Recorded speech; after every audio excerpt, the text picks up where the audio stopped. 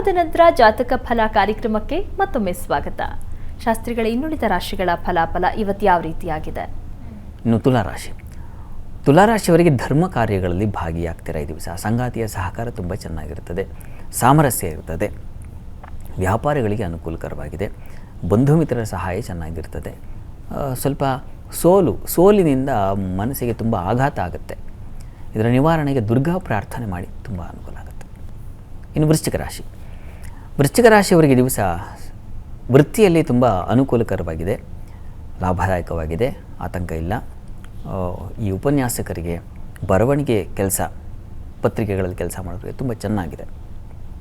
ಸ್ನೇಹಿತರ ಸಹಕಾರ ಚೆನ್ನಾಗಿರ್ತದೆ. ಆದರೆ ದಾಂಪತ್ಯದಲ್ಲಿ ಸ್ವಲ್ಪ ಭಿನ್ನಾಭಿಪ್ರಾಯ ಬರುತ್ತೆ. ಪ್ರೀತಿ ಪ್ರೇಮ ವಿಚಾರಗಳಲ್ಲಿ ಕಲಹ, ಅದು ಸರಿಪಡಿಸಲಾಗದ ಕಲಹ, ಅಂಥದ್ದು ಒಂದು ಇಬ್ಬಾಗ ಆಗೋಯ್ತೇನೋ ಅನ್ನೋ ರೀತಿಯಲ್ಲಿ ಆಗುತ್ತೆ. ಇದಕ್ಕೇನಪ್ಪ ಪರಿಹಾರ? ಶಿವಶಕ್ತಿಯರನ್ನು ಆರಾಧನೆ ಮಾಡ್ತಕ್ಕಂಥದ್ದು. ಈ ದಿವಸ ಸಾಂಬ ಸದಾಶಿವರು ಪ್ರಾರ್ಥನೆ ಮಾಡಿದ್ರೆ ಆ ತೊಡಕೆಲ್ಲ ಬಿಡಿಸಿ ಹೋಗುತ್ತೆ ಸಂಜೆ ಒಳಗೆ. ಇನ್ನು ಧನುರಾಶಿಯವರಿಗೆ ಈ ದಿವಸ ಸಂಗಾತಿಯ ಸಹಕಾರ ಚೆನ್ನಾಗಿರ್ತದೆ, ವ್ಯಾಪಾರಿಗಳಿಗೆ ಅನುಕೂಲಕರವಾಗಿದೆ, ವೃತ್ತಿಯಲ್ಲಿರ್ತಕ್ಕಂಥವ್ರಿಗೆ ತುಂಬ ಚೆನ್ನಾಗಿದೆ. ಸಾಲ ಬಾಧೆ, ಶತ್ರುಗಳ ಬಾಧೆ ಎರಡು ಸೂಚಿಸ್ತಾ ಇದೆ. ಇದರ ನಿವಾರಣೆಗೆ ದುರ್ಗಾ ಸಪ್ತಶತಿ ಪಾರಾಯಣ ತುಂಬ ಒಳ್ಳೆಯದು, ಅದನ್ನು ಮಾಡಿದ್ರೆ ಅನುಕೂಲ ಆಗುತ್ತೆ. ಅದರ ಹೊರತಾಗಿ ಬುದ್ಧಿಬಲ ಚೆನ್ನಾಗಿದೆ, ವಿದ್ಯಾರ್ಥಿಗಳು ಅನುಕೂಲಕರವಾಗಿದೆ, ಹೆಚ್ಚಿನ ಸೌಖ್ಯ ಇದೆ, ಆತಂಕ ಬೇಡ. ಇನ್ನು ಮಕರ ರಾಶಿಯವರಿಗೆ ದಿವಸ ನೋಡಿ, ಉದರ ಬಾಧೆ ಅತಿಯಾಗಿರ್ತದೆ, ನಿಮ್ಮ ಬುದ್ಧಿಶಕ್ತಿ ಹಾಳಾಗುತ್ತೆ, ವಿದ್ಯಾಭ್ಯಾಸದಲ್ಲಿ ಕೊರತೆ ಉಂಟಾಗುತ್ತೆ, ಆಲಸ್ಯ ಬರ್ತದೆ, ತೊಡಕಿದೆ.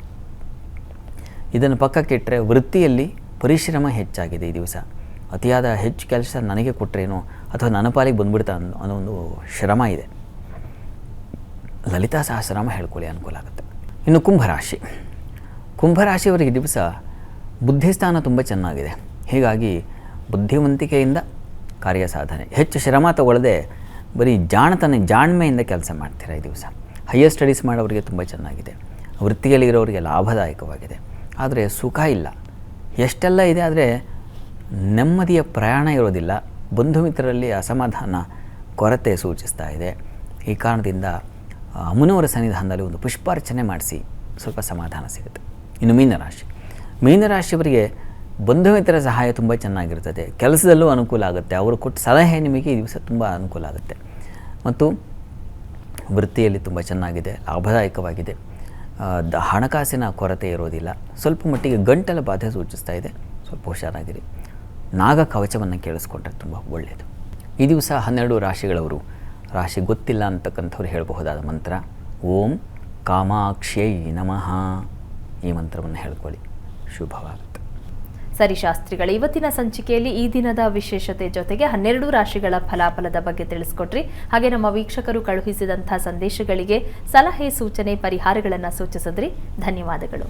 ಸರ್ವೇ ಜನಾಃ ಸುಖಿನೋ ಭವಂತು, ಸಮಸ್ತ ಸನ್ಮಂಗಳಾನಿ ಭವಂತು. ಎಲ್ಲರಿಗೂ ಶುಭವಾಗಲಿ. ವೀಕ್ಷಕರೇ, ಇದಾಗಿತ್ತು ಇವತ್ತಿನ ಜಾತಕ ಫಲ ಕಾರ್ಯಕ್ರಮ. ನೇರಾದಿಟ್ಟ ನಿರಂತರ ಸುದ್ದಿಗಾಗಿ ನೋಡ್ತಾ ಇರಿ ಏಷ್ಯಾನೆಟ್ ಸುವರ್ಣ ನ್ಯೂಸ್.